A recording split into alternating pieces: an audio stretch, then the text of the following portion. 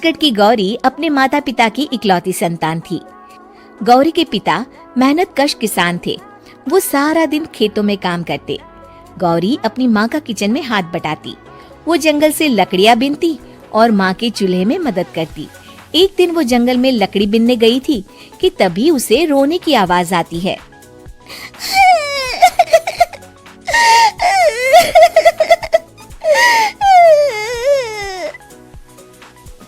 अरे, यहाँ कौन रो रहा है? इस जंगल में भला किसी के रोने की आवाज? जरूर कोई जंगल में फंस गया होगा। वो देखती है तो उसे एक परी दिखाई देती है जिसका एक पंख टूटा होता है। अरे, तुम कौन हो और क्यों रो रही हो? मैं परीलोक की रानी हूँ। पृथ्वीलोक में घूमने आई थी, लेकिन देखो ना, मेरे पंख ही टूट गए। अब मैं कैसे उड़ान भरूंगी? अरे, इसे जोड़ना तो आसान है। रुको, मैं अभी जोड़ देती हूँ। ये कहकर गौरी लकड़ी और रस्सी की सहायता से पंखों को जोड़ देती है। परी अपने जुड़े हुए पंखों को देखकर खुश हो जाती है और गौरी को वरदान देती है कि वो पूर्णिमा की रात किसी भी चीज को हाथ लगाएगी तो वो सोने की हो जाएगी। लेकिन गलती से अगर उसने किसी इंसान को छू लिया तो वो अगली पूर्णिमा तक सोने का ही रहेगा। गौरी घर आती है और सारी बात अपने माता पिता को बताती है। गौरी की माँ उसे कहती है, तू भी ना गौरी, सारा दिन परियों की कहानियाँ पढ़कर स्वप्न लोक में ही रहती है। नहीं माँ, मैं सच बोल रही हूँ। देखो, आज पूर्णिमा की रात है ना, इसलिए डर के मारे मैं कोई सामान भी नहीं छू रही हूँ। अच्छा, ऐसी बात है बिटिया रानी, तो जरा इस घड़े को हाथ लगा दे। गौरी घड़े को जैसे ही हाथ लगाती है वो सोने का हो जाता है। गौरी के माता पिता घड़े को देखकर हैरान रह जाते हैं। अगले दिन गौरी के पिता उस घड़े को सुनार के पास बेचने जाते हैं तो रास्ते में उन्हें कंचा काकी मिलती है। वो सोने का घड़ा देखकर गौरी के पिता से पूछती है, अरे गौरी के बापू, ये पीतल तो बड़ा चमक रहा है। अरे काकी, ये पीतल नहीं, सोना है, सोना। बेचने ले जा रहा हूँ। अरे कहीं कोई लॉटरी लग गई है क्या? इतना सोना? गौरी के पिता काकी को गौरी को परी द्वारा दिए वरदान के बारे में बताते हैं। काकी गौरी के पिता की बात सुनकर सोच में पड़ जाती है और फिर अगले दिन काकी गौरी के घर आती हैं। गौरी के बापू, तुम्हारे लिए मैं खुशखबरी लाई हूँ। तभी गौरी की माँ पूछती है, क्या खुशखबरी है काकी? अरे तुम्हारी बेटी का रिश्ता मैं अपने बेटे से करना चाहती हूँ।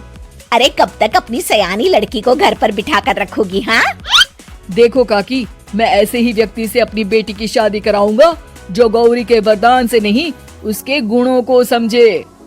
अरे हमें तो गौरी के गुण अच्छे लगे, इसीलिए तो आ गई हूँ मैं। फिर गौरी के माँ बाप मान जाते हैं और उसकी शादी काकी के बेटे से हो जाती है। अगले दिन, अरे गौरी, कल पूर्णिमा की रात है। तुम्हारे पिताजी परी के वरदान के बारे में बता रहे थे, तो मैं ना कुछ चीजें रख दूंगी, जरा हाथ लगा देना। तभी गौरी का पति वहाँ आ जाता है और अपनी माँ से कहता है, माँ, क्या जरूरत है गौरी के वरदान को इस्तेमाल करने की? वैसे भी मेरी मेहनत से घर तो चल ही रहा है ना। और गौरी के पिता ने भी यही कहा था कि वो ऐसे ही व्यक्ति से उनकी बेटी की शादी करेंगे जो गौरी के वरदान से नहीं, उसके गुणों को समझे। अरे बस कर किताबी बातें। तेरे लिए क्या लड़कियों की कमी थी जो मैं ये किसान की बेटी घर ले आती? और सुन गौरी, कल अगर तूने सारी चीजों को सोने का नहीं किया तो मैं तुझे घर से निकाल दूंगी और अपने बेटे की दूसरी शादी करवा दूंगी, समझी? इतना कहकर गौरी की सास वहाँ से चली जाती है। अगली पूर्णिमा की रात गौरी की सास गौरी के सामने ढेर सारे बर्तन रख देती है और कहती है, जल्दी कर गौरी, रात खत्म हो जाएगी। जल्दी जल्दी इन सारे बर्तनों को हाथ लगाकर सोने का कर दे। गौरी करती भी तो क्या, वो जैसे ही एक छोटे से बर्तन को छूने वाली होती है कि उसकी सास भड़क जाती है। क्या मजाक बना रखा है? इतने छोटे से बर्तन में क्या होगा? ये ले, ये बड़ा वाला बर्तन। जैसे ही बड़ा सा बर्तन लेकर गौरी की सास उसकी तरफ बढ़ती है, वैसे ही बर्तन के बाहर से वो धड़ाम से गिर जाती है।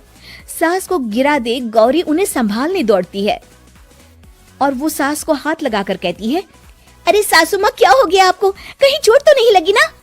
लेकिन जैसे ही वो हाथ सास से हटाती है तो देखती है कि उसकी सास सोने की हो गई है। गौरी सोनी की सास को देखकर रोने लगती है और अपने पति से कहती है, मुझे परी ने कहा था कि अगर मैं किसी इंसान को हाथ लगाती हूँ तो वो अगली पूर्णिमा तक सोने का ही रहेगा। अब मैं क्या करूँ? अरे करना क्या है, माँ को उठाकर अलमारी में रख दो। और हाँ, लालच का फल बुरा ही होता है। ज्यादा बड़े बर्तन को सोने का बनाने के चक्कर में माँ का ये हाल हुआ है। ये कहकर वो दोनों माँ की तरफ देखने लगते हैं।